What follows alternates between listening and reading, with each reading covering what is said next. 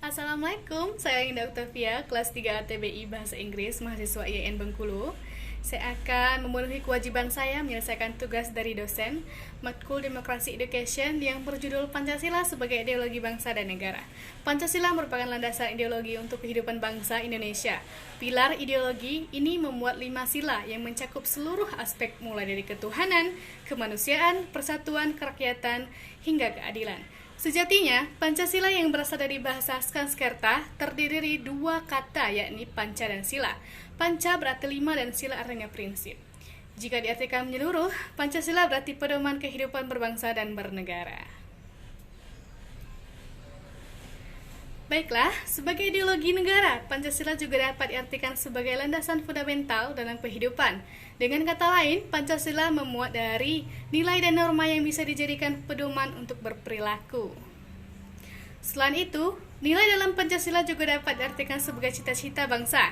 Artinya, nilai-nilai yang terkandung dalam Pancasila dapat menjadi visi untuk menjalankan kehidupan bernegara.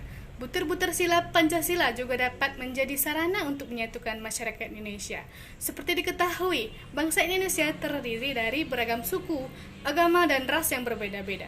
Tanpa ideologi dasar, tentunya masyarakat akan sulit untuk disatukan. Namun dengan kehadiran Pancasila, masyarakat akan bersatu sebagai bangsa Indonesia.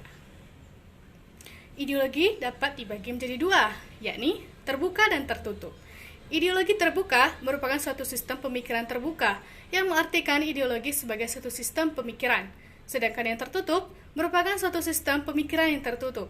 Ciri khas ideologi tertutup adalah isinya bukan hanya berupa nilai-nilai dan cita-cita tertentu, melainkan intinya terdiri dari tuntutan, konkret, dan operasional yang keras yang diajukan dengan mutlak. Sedangkan ciri khas ideologi terbuka adalah bahwa nilai-nilai dan cita-citanya tidak dipaksakan dari luar, melainkan digali dan diambil dari kata, kekayaan rohani, moral, dan budaya yang terkandung dalam masyarakat itu sendiri.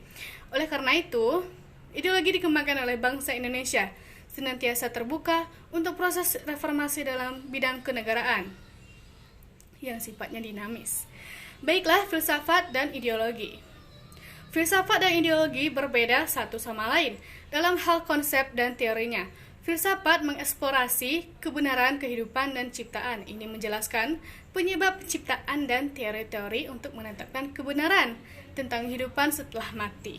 Di sisi lain, ideologi berkaitan dengan kepercayaan dan kepercayaan dari institusi sosial tertentu ini berkaitan dengan doktrin organisasi tertentu juga.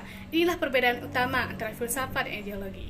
Filsafat memiliki pendekatan pragmatis, sedangkan perbedaan penting lainnya antara filsafat dan ideologi bahwa filsafat objektif dalam pendekatannya, sedangkan ideologi bersifat dogmatis dalam pendekatan dan kepercayaannya.